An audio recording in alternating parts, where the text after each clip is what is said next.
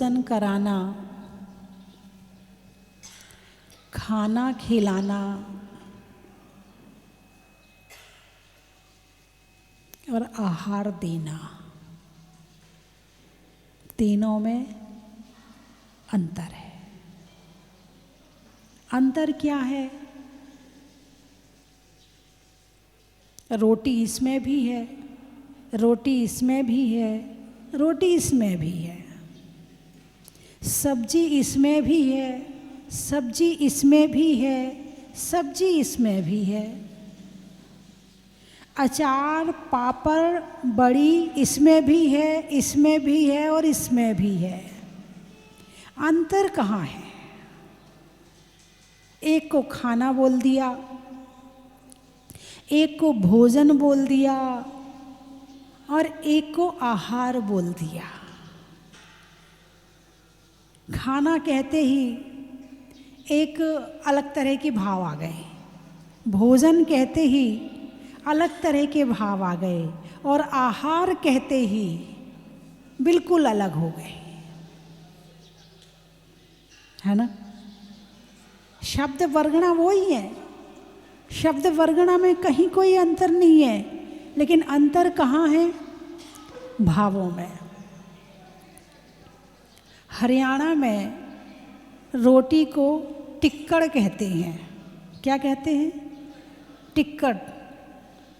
और गांव साइड में यदि कोई कहते भाई साहब भोजन कर लो, बोले ये कौन सी लैंग्वेज है, कहाँ की भाषा है? बोलो टिक्कड़ ठूस ले। क्या कर ले? टिक्कड़ ठूस ले। क्या कहते हैं? रोटी ठूस ले। जब गुस्सा आता है तो ठूस ले आता है, जब कम गुस्सा होता है तो खाना खा ले आता है, थोड़ा और कम होता है तो भोजन होता है, और बिल्कुल ख़त्म हो जाए तो आहार होता है ना। खाना मिथ्या दृष्टि का, भोजन सम्यक दृष्टि का और आहार संतों का। अब आप क्या करते हो इसमें से? खाना खाते हो कि भोजन करते हो कि आहार करते हो? आप किसके अंदर हैं? भोजन के अंदर है। चलो, आपने मध्यम रास्ता अपनाया, आपने बीच का रास्ता अपनाया, ना नीचे ना ऊपर, आप बीच में रहना चाहते हो, है ना। मौका पड़े तो खाने में पहुंच जाओ, और रही बात आहार की तो देखो माता जी, साधु वाधु तो हम बन नहीं सकते हैं, ऊपर तो हम जा नहीं सकते हैं। हाँ, मौका पड़ेगा तो नीचे ज़रूर पहुंच जाएंगे। तो कौन कौन बोलता है खाना खा लो, खाना खा लो? कौन कौन बोलता है? क्या बोलना चाहिए? यहाँ से क्या बोलना है?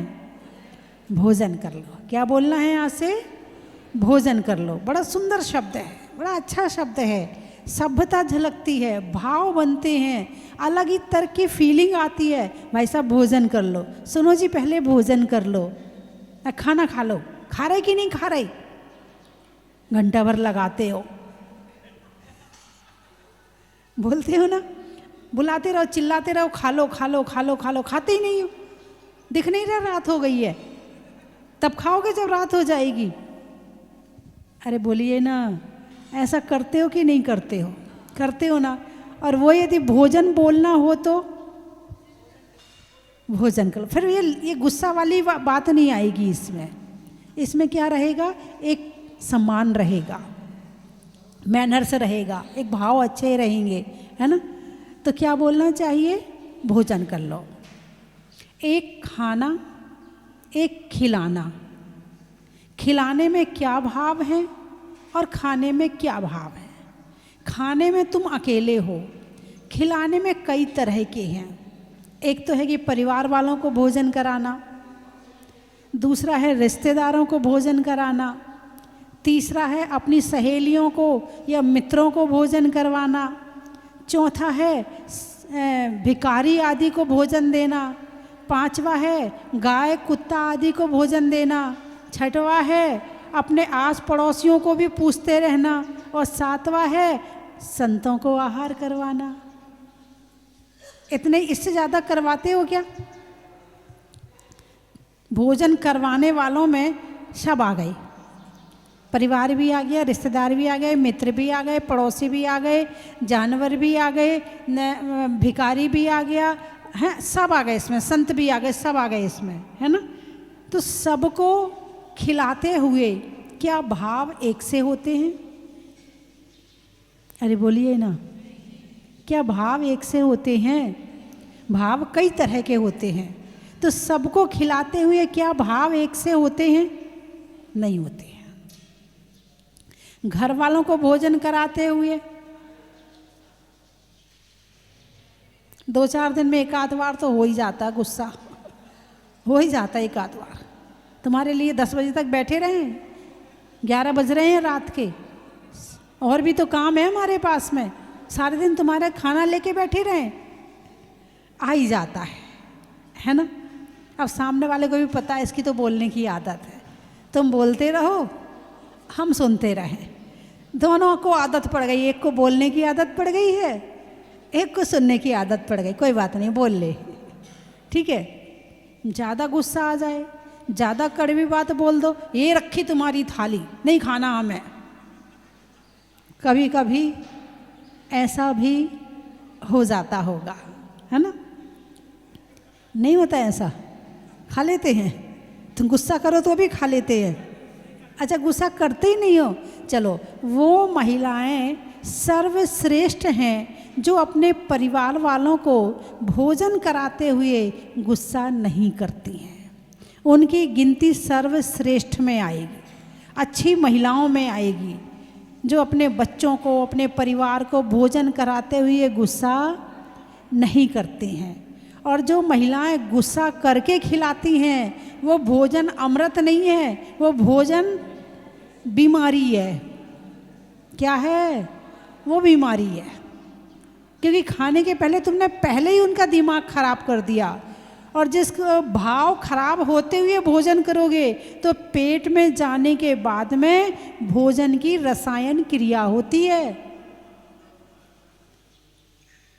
पेट में अमृत भी बनता है, पेट में जहर भी बनता है, पेट में खून भी बनता है, पेट में हड्डियां भी बनती हैं, पेट में चर्बी भी बनती है, पेट से पूरे चेहरे की रौनक है। किससे? जिसका पेट खराब होता है उसका चेहरा अलग तरह का होता है, और जिसका पेट बढ़िया होता है उसका चेहरा अलग तरह का होता है। पेट से तुम्हारे ज़्यादा कुछ नहीं, जो अच्छा वैद्य होता है वो पेट को देख पेट चेहरे को देखकर तुम्हारे पेट का ज्ञान कर लेता है कि तुम्हारा पेट कैसा है, चेहरे को देखकर, क्योंकि पेट के भाव चेहरे में आ जाते हैं। और टेंशन तो होती है ना। तो भोजन कराना एक कला है। क्या? करना भी कला है और कराना उससे बड़ी कला है ना। तो भगवान महावीर ने दाता के 7 गुण बताए हैं। कितने? 7। देने वाला जो है उसके अंदर 7 चीज़ें होनी चाहिए, तो वो आहार दान का पूरा फल प्राप्त कर लेगा। वरना यदि कोई भूखा आ जाए तो दया आती, एक खा ले तू खा ले, कोई बात नहीं है, हैं? हाँ, तो भोजन उसको भी कराया है, दया में कराया है, परिवार वालों को कराया है, मोह में कराया है। चिड़िया भी करवाती है, दाना चुग के लाती है, उसका छोटा सा बच्चा यूँ मुंह खोलता है, वो उसके मुंह में डाल देती है, फिर उड़ के जाती है, फिर दाना लेके आती है, फिर उसका बच्चा मुंह खोलता है, उसमें डाल देती है। चिड़िया भी अपने बच्चे को खिलाती है। क्यों खिला रही है? मोह में खिला रही है, अपने ही बच्चे को खिला रही है। जो पड़ोस में दूसरा बच्चा बैठा है चिड़िया का, उसको नहीं खिला रही है, अपने बच्चे को खिला रही है। एक दिन मैंने देखा कि एक कुत्ता, कुत्ते के बच्चों की माँ, वो शब्द मुझे बोलना अच्छा नहीं लगता है, अब आप समझ जाओ। कि उसकी क्या, तो जो छोटे छोटे पिल्ले थे उसकी जो माँ थी, तो सारे पिल्ले उसके पीछे दौड़ दौड़ के आ रहे, दौड़ दौड़ के आ रहे, उसके मुंह की तरफ झूम रहे। मैं समझी नहीं, और थोड़ी दूर जाके उसने मुंह से कुछ निकाल के ज़मीन में डाला, उसके सारे बच्चों ने खा लिया। आंखों देखी बात बता रही हूँ। यानी माँ की ममता, चाहे वो डॉग के रूप में हो, डॉगी के रूप में हो, चिड़िया के रूप में हो, बंदर के रूप में हो, किसी रूप में हो, ममता हर माँ में होती है, चाहे मनुष्य का बच्चा हो। और ममता की सबसे पहली शर्त है भोजन। क्या? हाँ, अच्छे कपड़े दिलाए ना दिलाए, अच्छा मकान हो ना हो, लेकिन भोजन तो हर माँ कराती है। खुद भूखी रह जाएगी मगर अपने बच्चे को भोजन जरूर कराएगी। ये माँ की ममता है। और कहा भी जाता है भोजन करो तो माँ के हाथ का करो। किसके हाथ का करो? माँ के हाथ का करो। और कोई पति यदि माँ के हाथ से खाने लगे,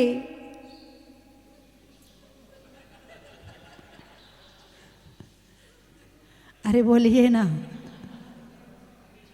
ये तो दिन भर माँ के पल्लू से बंधा घूमता है, लड़की पीहर वापस चली जाएगी, मेरे हाथ का तो खाने ही नहीं खाता है, मैं परोसूं तो विश्वास ही नहीं है, अपनी माँ के हाथ से खाता है।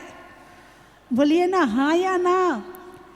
पत्नी को यदि माँ भोजन करा रही है तो पत्नी को कभी भी गुस्सा नहीं करना चाहिए। और पत्नी ये आगे बढ़ के कहे माँ मैं गरम रोटी बना रही हूँ, आप परोस दो। क्योंकि माँ की ममता से जो पेट भरता है वो पत्नी के प्यार से नहीं भरता है। पत्नी भोजन कराते हुए गुस्सा कर सकती है मगर माँ गुस्सा नहीं कर सकती है। तो जितनी पत्नी हैं वो इस बात को सुन लें, यदि उनके घर में उनकी सास है तो भोजन के समय उसे आगे करे कि जाओ आप भोजन परोसो। आपका उद्देश्य क्या है? पति स्वस्थ रहे, पति ठीक रहे, पति अच्छा रहे। आपका उद्देश्य है कि नहीं है? जो माँ के हाथ के भोजन में हो सकता है वो पत्नी के हाथ में के भोजन में नहीं हो सकता है। और यहाँ यदि माँ के हाथ से भोजन कर लिया तुरंत फ़ोन करेगी, मम्मी यहाँ तो मेरा बड़ा अपमान होता है, यहाँ तो कोई मुझे पूछता ही नहीं है, यहाँ तक कि मेरा हस्बैंड मेरे हाथ का भोजन नहीं करता है, वो भी ये कहता है माँ परोसेगी, तुम जाओ तुम रोटी बनाओ। अपमान महसूस ना करो। यदि तुम चाहती हो कि तुम अपने बच्चे को भोजन हमेशा करवाओ तो उसका ध्यान ये भी रखो कि जिसका बच्चा वो तुम्हारा पति है उसकी माँ को भोजन कराने दो। बात समझ में आई कि नहीं आई है? हाँ, बड़ी दिक्कत है इस मामले में। यदि बेटा माँ की बात मान ले तो पत्नी तो बेचारी पीहर का रास्ता देखती है, यहाँ तो मेरी कोई सुनता ही नहीं है। तुम्हारे घर में तुम भी तो अपनी माँ को चाहती हो, तुम्हारी माँ भी तो तुम्हें चाहती है। यदि बेटे ने अपनी माँ को चाह लिया और माँ ने अपने बेटे को चाह लिया तो परेशानी क्यों? ये क्यों नहीं सोचती हो कि हर माँ अपने बच्चे को चाहती है? ऐसे तुम्हारा पति किसी का बेटा है, उसकी माँ भी तो उसे चाहती है ना। अरे बोलिए ना। यदि ऐसी भावनाओं से रहा जाए तो घर में खुशी भी रहेगी, शांति भी रहेगी, टेंशन भी नहीं रहेगी और एक दूसरे का सहारा भी मिलता रहेगा। अब गुस्सा आया, या तो उनके ही पास रह लो या मेरे ही पास रह लो, जाओ चले जाओ वहीं रह ले, हम जा रहे हैं अपने घर, होता ना कई बार। या तो अलग हो जाओ, यदि अलग हो रहे हो तो मैं रुक रही हूँ और नहीं तो मैं तो जा रही छोड़ के। कुछ पत्नियां ऐसा करती हैं कि नहीं करती? नहीं, आपकी बात नहीं कर रही कुछ तो जरूर करती है ना। देखो अपनी बहू की बुराई भी नहीं करना चाहती, कितनी अच्छी सासें बैठी हैं यहाँ पे, है ना। हाँ, ऐसा कहती है यदि तुम अलग हो रहे हो तो हम यहाँ रहेंगे, नहीं तो तुम जानो, तुम्हारा काम जाने, हम तो ये चले, कागज भेज दूंगी तलाक के। हाँ हाँ, बहुत बार हो जाता है, घर में जाके बैठ जाती हैं लड़कियाँ, फिर यहाँ सास ससुर परेशान, वो परेशान, यहाँ उसके पीहर वाले परेशान, दो परिवार परेशान, उसके बाद उनके रिश्तेदार परेशान, जिसने शादी करवाई थी वो परेशान। इन दो के कारण, सास और बहू के कारण कितने लोग परेशान होते हैं। मात्र तुम दो परेशान नहीं हो रहे हो, तुम्हारे साथ में सैकड़ों परेशान हो रहे हो। फिर तलाक होगी तो फिर वकील आएगा बीच में, फिर कोर्ट कचहरी में एक फाइल तुम्हारी भी लग गई, जितनी फाइल के ढेर लगे हैं उसमें एक फाइल तुम्हारी भी चली गई। अब वो परेशानी कहाँ पहुँच गई? कचहरी में पहुँच गई। अब वहाँ से परेशानी बड़ी कचहरी में पहुँच गई, और बड़ी से फिर पूरे देश में पहुँच गई। मात्र ये परेशानी दो जन की नहीं है, ये परेशानी पूरी देश की हो जाती है। यदि तुम अच्छे से रहते हो तो पूरा देश अच्छे से रहता है, और तुम यदि गलत रहते हो तो पूरा देश गलत हो जाता है। बोलिए हाँ या ना। आप कभी तालाब के किनारे बैठे हो और एक कंकड़ फेंक दो तो क्या उठेगी? लहर उठेगी, ठीक है। अब वो लहर जहाँ कंकड़ फेंका था वहाँ उठी या उसके आगे भी गई? लहर वहाँ से उठते उठते उठते उठते उठते उठते पूरे तालाब में फैल जाती है और किनारे तक जाती है। ऐसे ही जो आप विचार करते हो, जो आप भाव बनाते हो, जो आप जीवन जीते हो, वो केवल आप तक सीमित नहीं है, वो पूरे देश में फैलता है। आप अपने आप को अकेला मत समझो, एक एक करके ही देश बना है, एक एक करके ही समाज बनती है, और एक एक करके ही परिवार बनता है। आजकल के लोगों के दिमाग में हमारी भी तो कोई पर्सनल लाइफ है, हमारी भी तो अपनी प्राइवेसी है। इस चक्कर में पूरे घर को खराब कर देते हैं, और जो घर खराब करता है वो समाज खराब करता है, और वो पूरा देश खराब कर देता है। हमारे अपने कुछ भाव भी तो हैं, तुम्हारे अनुसार चलें क्या? हमें खुशी नहीं चाहिए क्या? हमें भी तो खुशी चाहिए। अब हमारी खुशी में 10 दुखी हो जाएं, चाहे 10 को दुखी कर देंगे, लेकिन हम खुश रहना चाहते हैं। तो दूसरों को दुखी करके खुशी जिनको मिलती है वो इंसान नहीं है, वो इंसान नहीं है। भगवान महावीर ने क्या कहा? जियो और जीने दो, यानी स्वयं अच्छे से जियो, औरों को अच्छे से जीने दो। यदि तुम्हारे अच्छे से नहीं जीने में दूसरों का बुरा हो रहा है तो फिर तुम्हारा जीवन एक मनुष्य मानव का नहीं है। मानव शब्द है ना, मानव, क्या? माँ नव, जो माँ के पेट में 9 महीने तक रहा वो मानव। लेकिन पशु पक्षी भी तो पेट में रहे हैं, उनको तो मानव नहीं कहा। तुम्हें क्यों कहा मानव?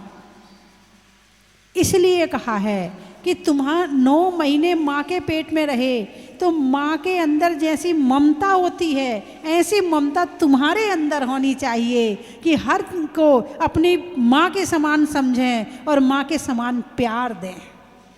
इसलिए आपको मानव कहा है। और जिसको प्यार देना नहीं आता है, प्रेम से रखना नहीं आता है, सामने वाले को सम्मान करना नहीं आता है, वो मानव नहीं है।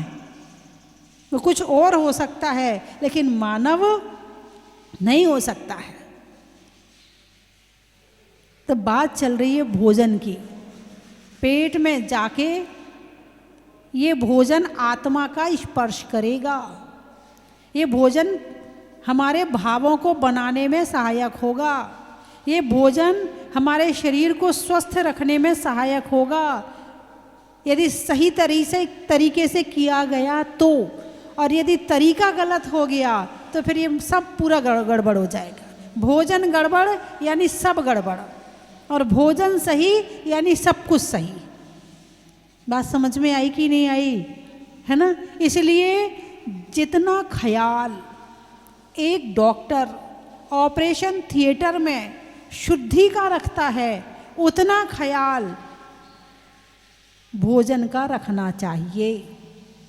कितनी शुद्धि करते हैं, जो कैंची आदि होती है वो उबालते हैं। क्यों उबाल रहे? अब ये पेट काटेंगे तो ये कैंची अंदर प्रयोग करनी पड़ेगी, तो इसमें किसी तरह के कीटाणु ना हो, किसी तरह के बैक्टीरिया ना हो, किसी तरह की अशुद्धि ना हो, उसको शुद्ध किया। कपड़े कौन से पहने? जो घर से पहन के आते हैं वो कपड़े नहीं पहनते हैं। कौन से कपड़े पहनते हैं?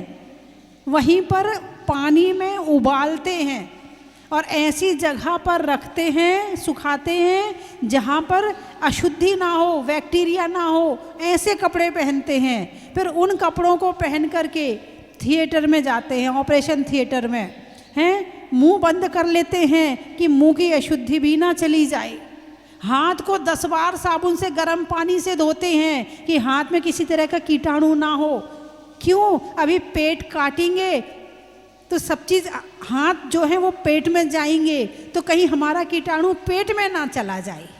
यदि चला गया तो ऑपरेशन सही होने वाला नहीं है, बीमारियां और हो जाएंगी। ठीक है, एक ऑपरेशन किया तो कैंची शुद्ध करी, हाथ शुद्ध करे, कपड़े शुद्ध करे। क्यों? क्योंकि सब चीज़ शरीर के अंदर जानी है। और भोजन कहाँ जा रहा है? शरीर के कहाँ जा रहा है? अरे बोलिए ना, जहाँ डॉक्टर का हाथ जा रहा है वहाँ भोजन जा रहा है। जब ऑपरेशन थिएटर में शुद्धि चाहिए तो भोजन में शुद्धि क्यों नहीं चाहिए? हमारे संत कैसा आहार करते हैं? शुद्ध आहार करते हैं। वस्त्र शुद्धि, मन शुद्धि, वचन शुद्धि, आहार शुद्धि, पानी शुद्धि और वहाँ की एक एक चीज़ शुद्धि, तब आहार होता है। यानी अपने भावों को शुद्ध बनाने के लिए ऐसे ही नहीं बन जाते हैं। जैसे ऑपरेशन को सफल करने के लिए सब चीज़ शुद्ध चाहिए, ऐसे इन विचारों को शुद्ध करने के लिए भोजन भी शुद्ध चाहिए। अरे बोलिए ना, तो आप लोग तो शुद्ध भोजन करते होंगे।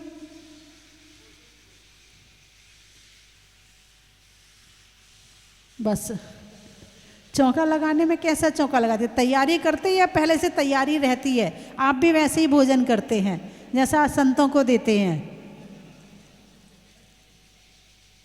क्या हुआ? हैं? बीमारियां क्यों आ रही हैं? विचार अशुद्ध क्यों हो रहे हैं? डिप्रेशन क्यों हो रहा है?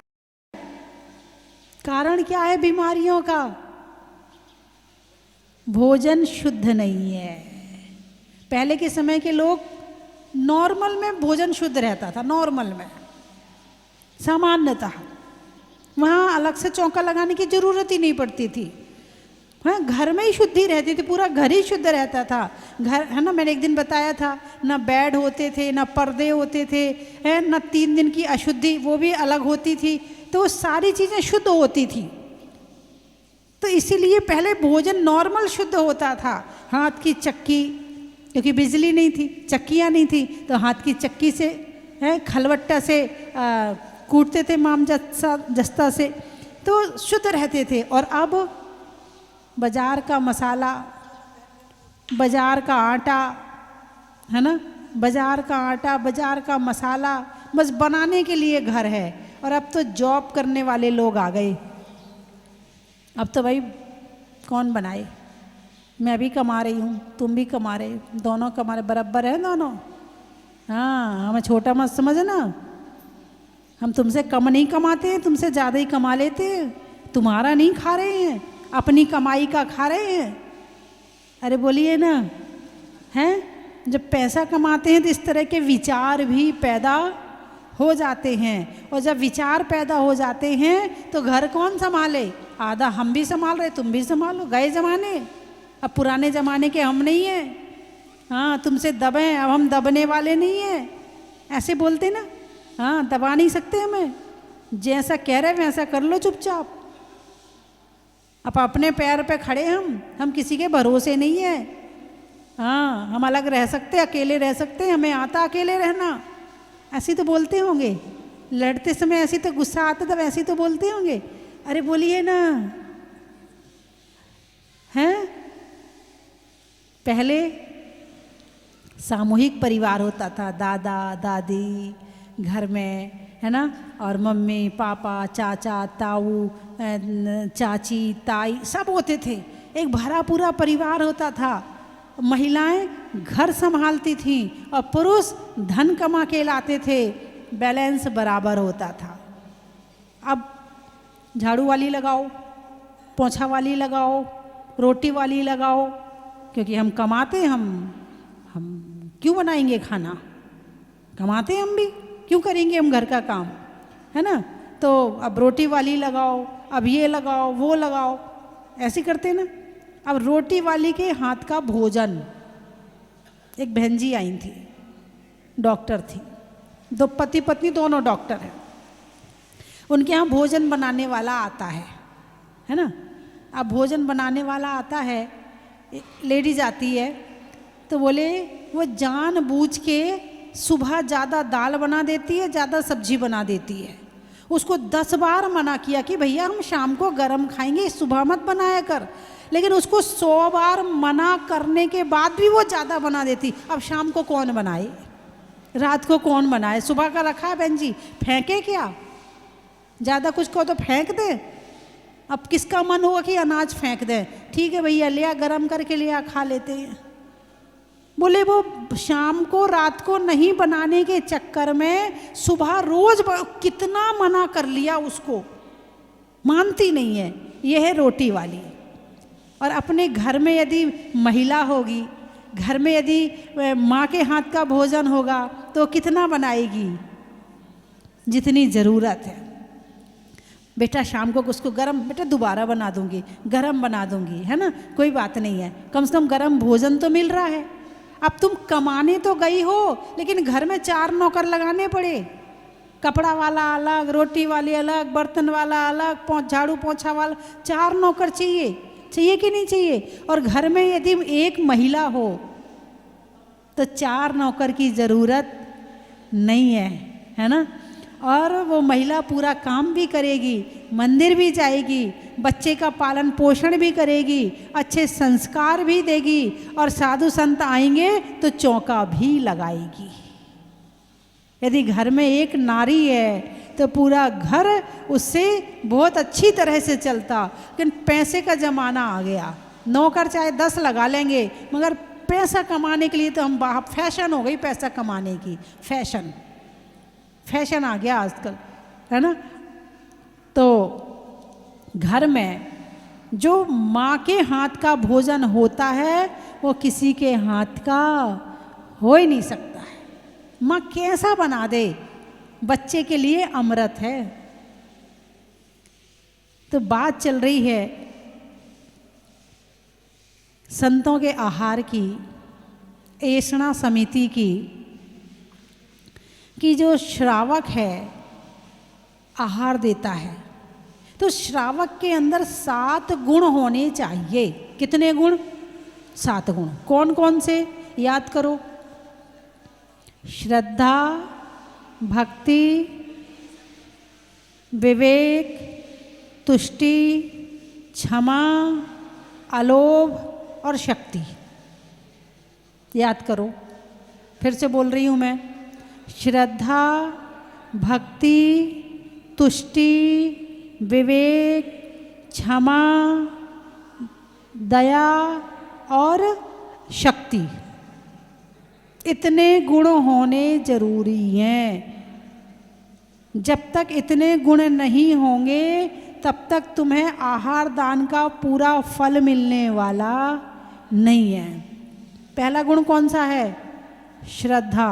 और दूसरा गुण कौन सा है? भक्ति। श्रद्धा, जो अंदर में एक आस्था है, एक विश्वास है, उसका नाम है श्रद्धा। और जो भक्ति है, जब श्रद्धा होगी तो भक्ति क्रिया, भक्ति क्या हो गई? भक्ति जैसे विधान होता है, विधान में क्या कहते हैं? अरे पंडित जी थोड़ी सी भक्ति करा दो। तो क्या पूजा करते हुए तुम्हारी भक्ति नहीं हो रही है? अरे बोलिए ना, पूजा में क्या भक्ति नहीं हो रही है? हो रही है। लेकिन वो एक भक्ति इसका नाम रख लिया, थोड़ी सी भक्ति करा दो, इसका नाम भी भक्ति है। अब वहाँ पर नृत्य कह नहीं सकते, नाच कह नहीं सकते, डांस कह नहीं सकते कि पंडित जी थोड़ा डांस करवा दो, वो उसका इशारा गलत तरफ चला जाएगा, है। डांस कह नहीं सकते, अब नृत्य भी नहीं बोलते हैं, तो हमारे यहाँ एक सबसे अच्छा शब्द आया, पंडित जी थोड़ी सी भक्ति करा दो, है ना। अब भक्ति, हालांकि पूजा भी भक्ति है, आहार भी भक्ति है, ये सब चीज़ें जितनी भी क्रिया आप कर रहे हो धर्म की, उन सारी क्रियाओं का नाम भक्ति है। लेकिन उसको अलग से भक्ति कह दिया और सब समझ भी जाते, पंडित जी भक्ति करा दो, तो पंडित जी भी समझ जाते इन्हें भक्ति करनी है। कौन सी वाली करनी है? हाँ, जो इंद्र वाली भक्ति है ना, वो करनी है ना। तो पहला गुण तो श्रद्धा, आस्था, दृढ़ निष्ठा, श्रद्धा। लेकिन प्रकट किससे होती है? भक्ति से। आप पूजा कर रहे हो तो कोई भी सोचेगा इनके अंदर श्रद्धा है, तभी तो भक्ति कर रहे हैं। श्रद्धा को व्यक्त करने का नाम क्या है? भक्ति। श्रद्धा है और व्यक्त नहीं हो रही है, तो जब भक्ति नहीं है तो श्रद्धा कहाँ है? लेकिन हो सकता है कई बार श्रद्धा के बिना भक्ति करते दिख रहे हो मगर श्रद्धा ना हो सकता है, कई बार हो सकता है। भाई सब जा रहे हैं तो हम भी चले जाएं, सब कर रहे हैं तो हम भी कर लें, तभी भक्ति नहीं है। तो भक्ति कैसी होनी चाहिए? श्रद्धा वाली। इसलिए पहली शर्त क्या रखी है? श्रद्धा। पहले भक्ति नहीं कहा है, पहले कहा श्रद्धा, फिर कहा भक्ति। कौन सी वाली भक्ति? दिखाने वाली भक्ति नहीं, फोटो खिंचाने वाली भक्ति नहीं। पाँव दबाएंगे तो पहले फोटो खींच लो, हमने पाँव दबाए, भैया वृत्ति कर रहे हम। हाँ, आहार दे रहे, अरे खींचो खींचो खींचो। अब माता जी महाराज जी के हाथ तो ऐसे कि आहार लेना है, तुम दे ही नहीं रहे क्योंकि वहाँ फोटो खींच रही है, तुम्हारा ध्यान तो फोटो में है। अरे बोलिए ना। हाँ, एक गिलास दिए, दूसरे के पास पहुँच गए, खींच खींच खींच, जल्दी खींच, आगे भी देना, इतने सारे महाराज जी हैं, जल्दी खींच। अब फिर तीसरे के पास पहुँचे, फिर चौथे के पास पहुँचे, तुमने आहार दिया? तुम्हारा ध्यान कहाँ है? फोटो खिंचवाने में। सबको पता चल जाए मैंने आहार दिया है, और एक एक गिलास दे के और अपने निकल गए। आज तो मज़ा आ गया, आज तो सबके आहार की फ़ोटो खिंचवा ली मैंने तो। अरे, अपने बेटे को भोजन कराते हुए फ़ोटो खिंचवाती हो? नहीं, क्यों? सबको पता तुम्हारा बेटा है, दिखाने की कहाँ ज़रूरत है? हैं? नहीं तो एक रोटी परोसो, फोटो खिंचवाओ और अपना काम खत्म। अपने बेटे के साथ कभी ऐसा किया क्या? अरे बोलिए ना। नहीं, तुमने आहार क्यों दिया? अंदर आत्मा से दिया। तुमने कौन से भाव से दिया? उसमें श्रद्धा थी, भक्ति, विवेक, उसमें क्षमा, दया, उसमें क्या क्या दिख रहा है तुम्हारी इस फोटो में? अरे बोलिए ना।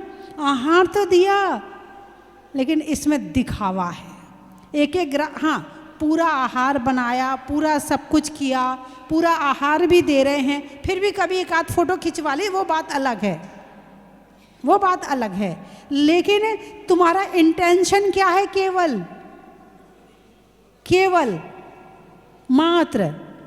कुछ लोग तो इसी में ही जी रहे हैं, केवल रील बनाने में और फोटो खिंचाने में। अरे बोलिए ना। बड़े शांति से छा गई, क्या हुआ? फोटो का नाम लेते ही पागल हो गए, फोटो के लिए पागल हो गए। कई बार मैं कुछ लिख रही हूँ, पढ़ रही हूँ, माता जी थोड़ा सा देखो ना, ऊपर देखो ना माता जी। करते हो नहीं करते हो? हम लिख रहे, पढ़ रहे, स्वाध्याय कर रहे, कुछ कर रहे, बस 1 मिनट माता जी, 1 मिनट। कई बार तो महिला मंडल आ जाए, महिला मंडल हो, फिर तो एक महिला मंडल में 100 फोटो तो पक्की हैं। और यदि जब प्रवेश होता ना किसी शहर में, बिहार करवाने नहीं जाएंगी, बिहार में चौका लगाने नहीं जाएंगी, और जिस दिन प्रवेश होगा इतने धक्के मारती हैं, इतने धक्के मारती हैं, मैं बता नहीं सकती। और ये महिलाएं सबसे ज़्यादा, जितना पुरुषों में नहीं है, महिलाओं में सबसे ज़्यादा फ़ोटो खिंचाने का फैशन है। कई बार तो फिर मुझे वो अपने आसपास वो सुरक्षा कवच तैयार करना पड़ता है कि भैया हाथ पकड़ के ज़रा इन्हें घुसने मत देना। हाँ, मतलब इतने धक्के मारती हैं, ये नहीं देखती किसको धक्का मार रहे, चाहे पैर पे पैर पड़ जाए तुम्हारा, मगर फ़ोटो खींचनी चाहिए। इतने पागल हैं फ़ोटो खिंचाने के पीछे। आज तो नियम ले लो कि दिन में एक फ़ोटो से ज़्यादा फ़ोटो नहीं खींचेंगे। किसी तीर्थ पे जाएंगे तो एक फ़ोटो, मतलब फ़ोटो के लिए तुम दर्शन करने के लिए आए हो और आते ही बस शुरू, दर्शन किए तुमने, तुम्हारे भाव अंदर से उमड़ नहीं पाए, उसके पहले तुम फ़ोटो खींचने लगे। सबको पता चल जाए मैं यहाँ गया हूँ, मैं जहाजपुर गया, मैं यहाँ गया, मैं यहाँ गया। पहले अंदर के भाव तो देखो क्या है तुम्हारे। भाव खत्म, खत्म, बिल्कुल चटनी बना के ख़त्म कर दिए भाव। अब केवल एक शरीर ही बचा है और इसकी फ़ोटो बची है बस, हैं? हाँ, घर में किसी की मृत्यु हो जाए,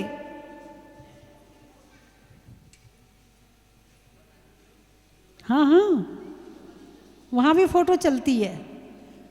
शमशान घाट में, हाँ, अरे जमाना केवल दिखावे का आ गया है, अंदर के भाव तो कोई देखना नहीं चाहता किसी के। चलो बात यहीं ख़त्म करूँ, नहीं तो मामला फिर आप कहोगे माता जी हमारी बुराई कर रही हैं। नहीं नहीं, मैं आपकी बुराई नहीं कर रही हूँ, हाँ, है ना, भाव सही होने चाहिए, इसलिए मैं बता रही हूँ ना। चलिए मैं 3 चीज़ें बोल रही हूँ, आपको कहना बड़ा ही महत्व है। नदी में नाव का, होने में अच्छे स्वभाव का, और सुधरने में भाव का बड़ा ही महत्व है।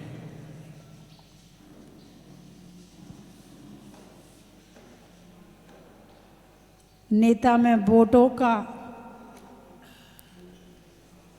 महल में कोटों का, और नहीं खिंचाने में फोटो का बड़ा ही महत्व है।